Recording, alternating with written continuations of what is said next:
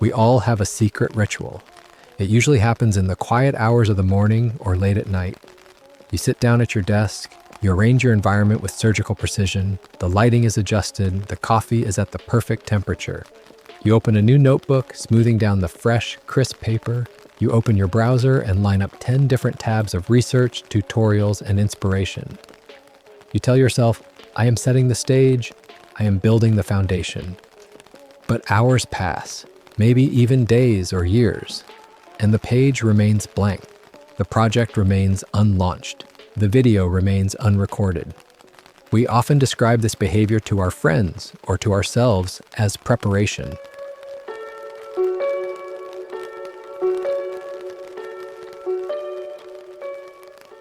We call it being thorough. We convince ourselves that we are just one tutorial away from mastery, one purchase away from the right gear, one book away from understanding everything. But deep down, in that quiet place you try to ignore, you know the truth. This isn't preparation, this is purgatory. Society looks at a stalled project and labels it laziness or procrastination. They say you lack discipline, they tell you to just do it. But those words feel like insults because you are working. You are exhausting yourself with worry. You are running a marathon in your mind just to stand still in reality. The thesis of this video is simple but uncomfortable. Your eternal preparation is not a sign of dedication. It is a sophisticated form of fear. It is your mind trying to solve problems that haven't happened yet. It is the belief that if you prepare enough, you can bypass the possibility of failure entirely. But readiness is a horizon line. No matter how much you walk toward it, it always remains in the distance. To understand why we freeze, we have to look back at a time when we didn't. Watch a child draw. They don't research how to hold a crayon for 3 weeks. They don't study color theory before touching the paper. They simply create. They are immersed in the verb, not obsessed with the noun. They are drawing. They aren't worried about the drawing. So where did we lose this? For many of us, the shift happened when the process was replaced by the performance. Perhaps you grew up in an environment where mistakes were not seen as data points for learning, but as character flaws. Maybe you were the gifted child who was praised for being smart, not for trying hard. In these environments, you learned a dangerous lesson. You're only safe and you're only worthy of love when you are perfect.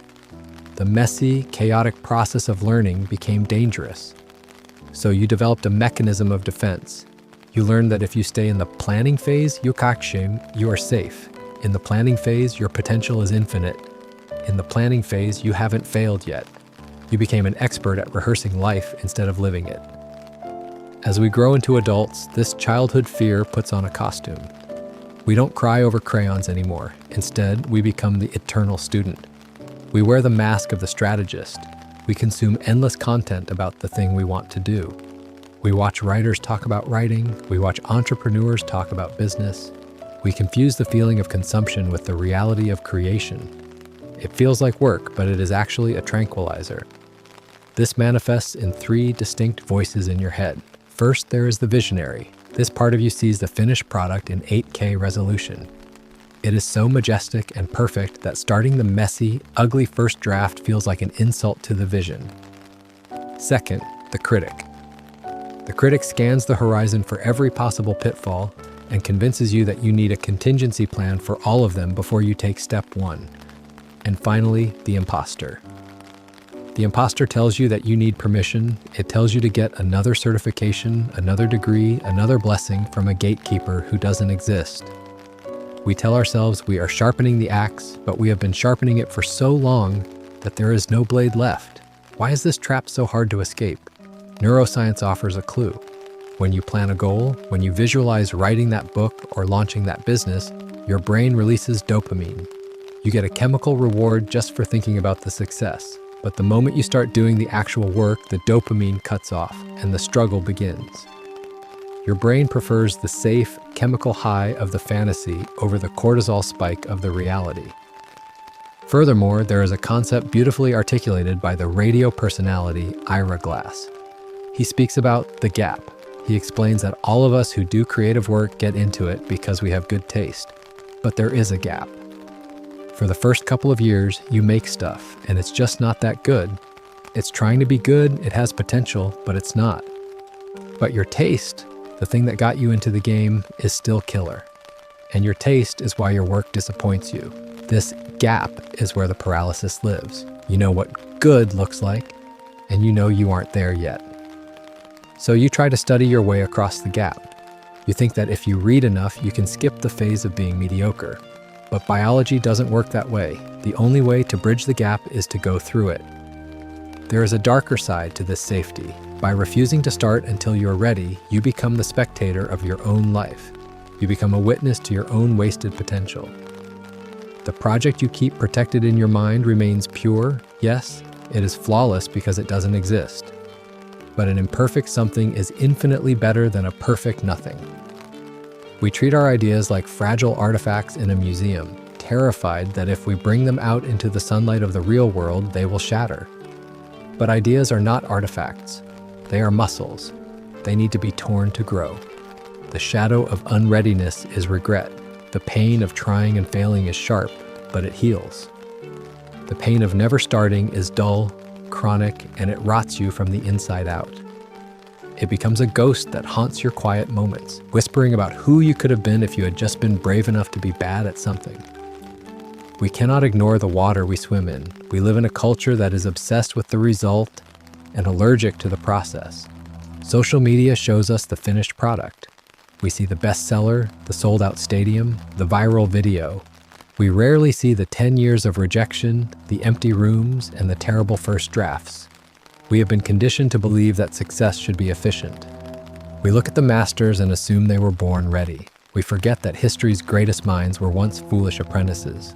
The French philosopher Voltaire once famously warned that the perfect is the enemy of the good. In our modern age, we have taken this a step further. We believe the perfect is the requirement for the good. We think we need the optimized morning routine, the perfect software stack, and the ideal mental state before we can begin.